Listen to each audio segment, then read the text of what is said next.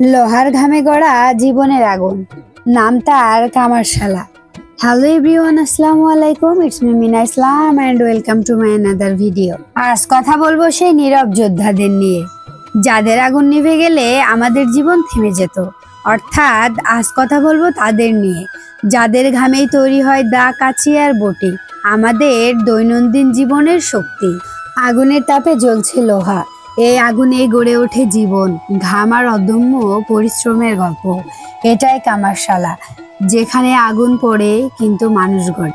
এদিকে আর একজন কাঁচি ধার দিচ্ছে, ঠক ঠক শব্দে ঘুরছে চাকতি, ধার ওঠে কাঁচিতে, যেমন ধার আছে তাদের জীবনে।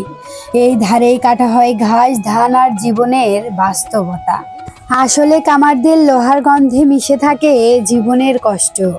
এই কামাররা সকাল থেকে সন্ধ্যা পর্যন্ত লড়াই করে নিজের পেটের আগুন নেভাতে, সাথে অন্যের সংসার চালাতে।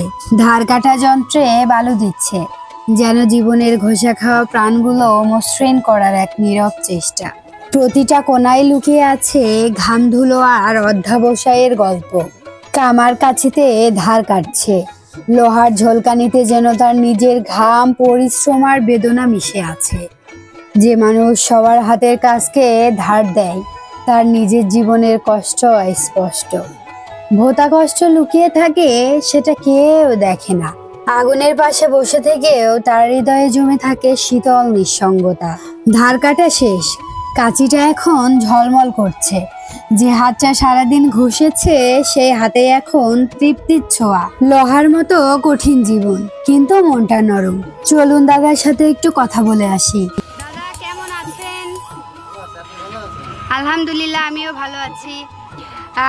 আসলে আপনি দেখেছি আমাদের এই নারিকেলবাড়িয়া বাজারে দীর্ঘদিন যাবৎ দা, কাঁচি, বটি, ছুরি ধার করছেন বা তৈরি করছেন। দীর্ঘদিনই তো না, কয় বছর হচ্ছে আমাদের এইখানে আপনাদের এই কর্মজীবন?